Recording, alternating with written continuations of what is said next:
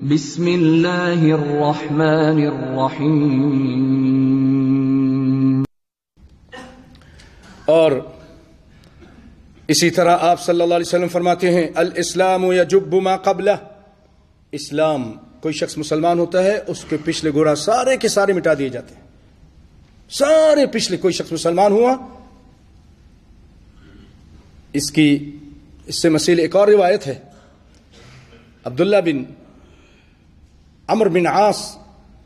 بن عاص رضی اللہ تعالی عنہ رسول اللہ کے پاس آئے مسلمان ہونے کے لیے، آپ نے ہاتھ بڑھایا، انہوں نے اپنا ہاتھ کھینچ لیا، آپ نے فرمایا عمر کیا بات ہے، اپنا ہاتھ پیچھے کیوں کھینچتے ہو، تم مسلمان ہونے کے لیے آئے ہو؟ کہا اشترط یا رسول اللہ، اللہ کے رسول میں شرط لگانا چاہتا ہوں۔ آپ صلی اللہ علیہ وسلم فرمایا کہ تشترط بماذا، تم کیا شرط لگاتے ہو، کیا کہتے ہو، بولو کیا شرطیں تمہاری؟ کہا اللہ کے رسول میں نے بہت ظلم کیا، بہت زیادتیاں کی، بہت آپ کو نقصان پہنچایا، اسلام کو نقصان پہنچایا، صحابہ کو قتل کیا،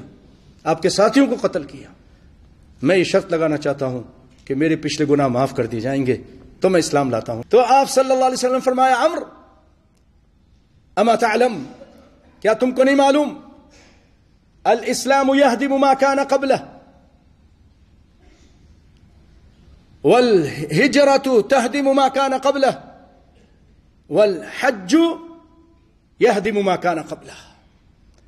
کہ اسلام لانے کی وجہ سے اس کے پچھلے سارے گناہ معاف، اسلام کے لیے ہجرت کرتا ہے اپنے پیارے وطن کو چھوڑ کر صرف اسلام کی وجہ سے، اسلام اور دین بچانے کے لیے کفر والے ملک کو، اور یا جہاں پر ایسی جگہ کو چھوڑ کر جہاں پر ظلم و زیادتی اور گناہ ہیں،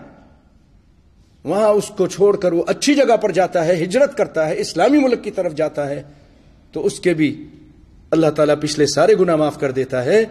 اور حج کرنے کی وجہ سے بھی اس کے پچھلے سارے گناہ معاف۔ اسی لیے تو فرمایا الحج المبرور لیس له جزاء الا الجنہ، حج مبرور کا بدلہ جنت کے علاوہ کچھ بھی نہیں۔